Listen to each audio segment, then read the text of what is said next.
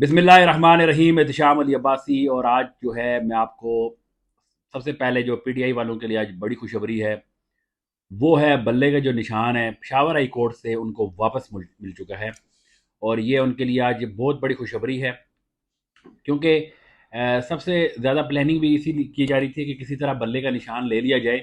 लेकिन इसके साथ साथ ये भी जहन में रखा जाए कि ये अगर इलेक्शन कमीशन इसको चैलेंज करता है तो वो जाएगा सुप्रीम कोर्ट। और सुप्रीम कोर्ट में फ़ायद ईसा साहब बैठे हुए हैं जो कि उनका कंडक्ट आपने देखा कि वो हमेशा पीटीआई के हवाले से जो भी केस आता है तो उस पर उनका जो रिएक्शन होता है वो बड़ा शदीद होता है। और हमेशा उन्होंने ऐसे केसेस जिसमें पीटीआई को वो गए जैसे लेवल प्लेइंग फील्ड है, और इसके अलावा बहुत सारे ऐसे केसेस हैं जिसमें पीटीआई सुप्रीम कोर्ट गई है तो वहाँ से उनको रिलीफ नहीं मिला, बल्कि उल्टा जो है सीनियर वकला को जो है बेइज्जत किया गया।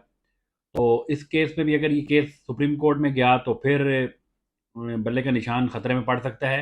और अभी तक की जो प्लानिंग यही है कि किसी तरह बल्ले का निशान ले लिया जाए। बल्ले का निशान आने का मतलब ये है कि इलेक्शन नहीं हो रहा, क्योंकि अगर बल्ले का निशान पीटीआई के पास हुआ तो पीटीआई जो है आप ग्राउंड पे देख लें, इलेक्शन ना करवाने की सबसे बड़ी वजह यही है कि हर दूसरा शख्स जो है वो पीटीआई को सपोर्ट कर रहा है।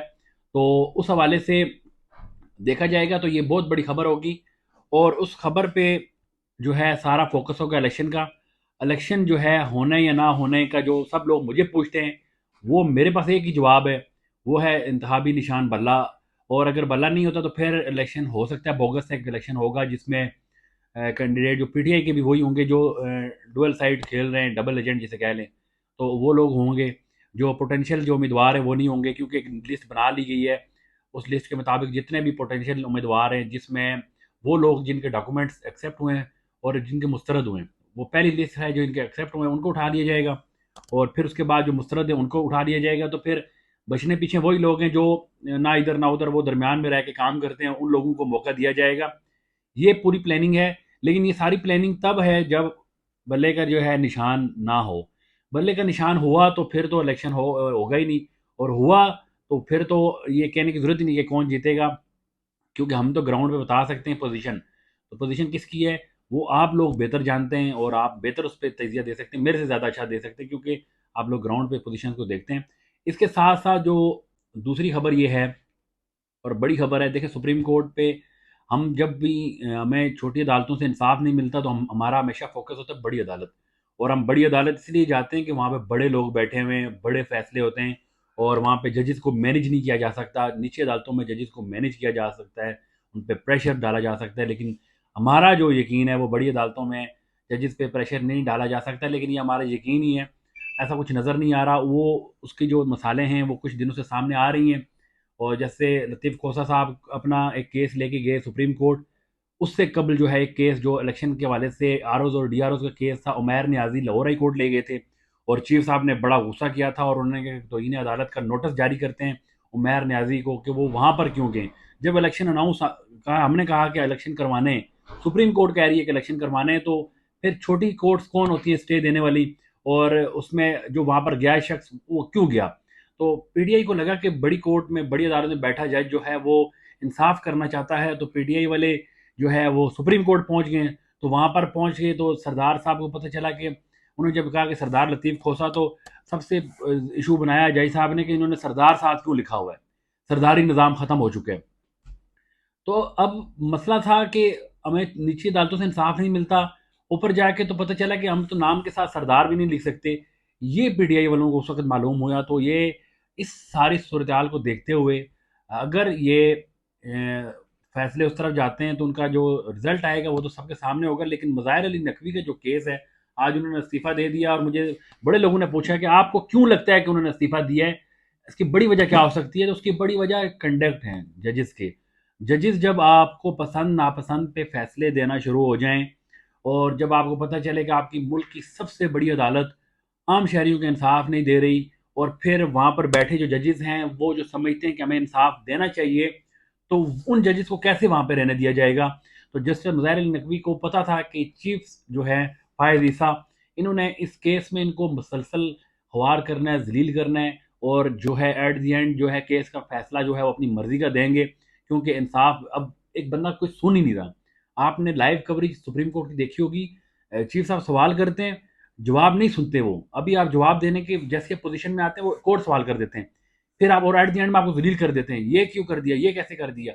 आज भी जैसे पता चला बैरिस्टर गौर जो है वो एक पटिशन उन्होंने लगाई थी इंतखाबी निशान बल्ले के हवाले से, तो वो उन्होंने वापस ली जाके।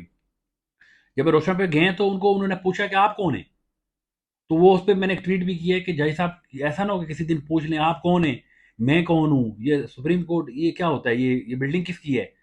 भाई ये कोई सवालात ऐसे पूछने वाले हैं आपसे, एक इंसाफ लेने वाला एक शख्स एक आया आपके पास, आप उसको बजाय इंसाफ देने के आप उसको जलील करना शुरू हो जाते हैं। तो मज़ाहिर अली नकवी ने बहुत अच्छा फैसला किया है, मैं समझता हूँ कि उन्होंने वक्त पर इस्तीफ़ा दिया, और ऐसे काजी के पास जिससे उनको पता है कि उनसे इंसाफ नहीं मिलना, उससे बेहतर था उन्होंने इस्तीफ़ा दे दिया। अलबत्ता सुप्रीम कोर्ट का जो इस्तीफ़ा होता है जो जज का, वो जाता है सदर के पास। अब आरफ अलवी साहब इसको एक्सेप्ट करते नहीं करते, अभी तक मेरे पास ऐसी कोई खबर आई नहीं है। अब इसके साथ साथ जो है आज रावलपिंडी थाने आर्य बाजार की जो टीम है वो इमरान खान से तफ्तीश करने अडयाला जेल पहुंची। तो अडयाला जेल पहुंचने के बाद जो है मैं आपको बताऊं कि उनके साथ क्या हुआ, वो मैं आपको इन शॉर्ट शॉर्ट बता देता हूं कि इससे कबल जो है नैब की एक टीम गई थी और मेरे ज़राए ने बताया था कि खान साहब ने उनको भी बैठ के उनकी तफ्तीश की थी, और अच्छे से उनको कुछ सवाल खान साहब ने किए जिनके जवाब उनके पास नहीं थे, और वो वहाँ से भाग गए। आज भी कुछ ऐसा ही हुआ। इमरान खान से तफ्तीश करने वाली टीम के एक ज़राए ने मुझे बताया है कि हमें ऐसा लगे कि हमारी तफ्तीश हो रही है। कुछ खान साहब ने सवालात किए हैं जिनके जवाब हमारे पास नहीं थे, और हमारे अफसरान का यही कहना था कि हम इनको देखेंगे, हम ऐसा करेंगे, चेक करेंगे। तो वो उनके पास जवाब नहीं थे, और बल्कि रावलपिंडी का एक बड़ा अफसर है उसको काफ़ी पसीने भी आए, सर्दी में आपको तो पसीना बहुत मुश्किल होता है, लेकिन इमरान खान सामने बैठा हो तो ऐसे लोगों को पसीना आ जाता है। आखिरी जो बड़ी खबर है मेरे पास वो ये है कि ब्यूरोक्रेसी के बड़े बड़े लोग जिन्होंने 9 मई को जवाब बना के 9 मई के वाक़यात को पीटीआई के लोगों पर तशद्दुद किया, उनके घरों में रेड किया, औरतों के गिरबानों में हाथ डाले, ऐसे तमाम लोग जो है वो अफसरान, उनमें से कुछ पाकिस्तान छोड़ चुके हैं और बाकी छोड़ देंगे। ये एक अलमिया भी है, ये एक अलार्म भी है। अब हम क्या कह सकते हैं कि आखिर कौन आ रहा है, कि जिन लोगों ने जुल्म किया वो मुल्क से भाग रहे हैं, कौन आ रहा है। इसका जवाब भी आपको जल्द मिल जाएगा, और उन अफसरान के नाम भी मैं आपसे शेयर करूंगा। अभी मैं इसलिए नहीं शेयर कर रहा कि ताकि क्योंकि एक पॉलिसी भी है, और मैं समझता हूँ कि वो नाम जो हम भी समझते हैं जुल्म उन्होंने किया है, तो वो नाम जिस बंदे तक पहुँचने चाहिए उस तक मेरा काम है पहुँचा भी दूँ जो मुझे नज़र आते हैं। तो मैं आपसे भी जल्द वो नाम शेयर करूँगा। तब तक के लिए अल्लाह हाफ़िज़।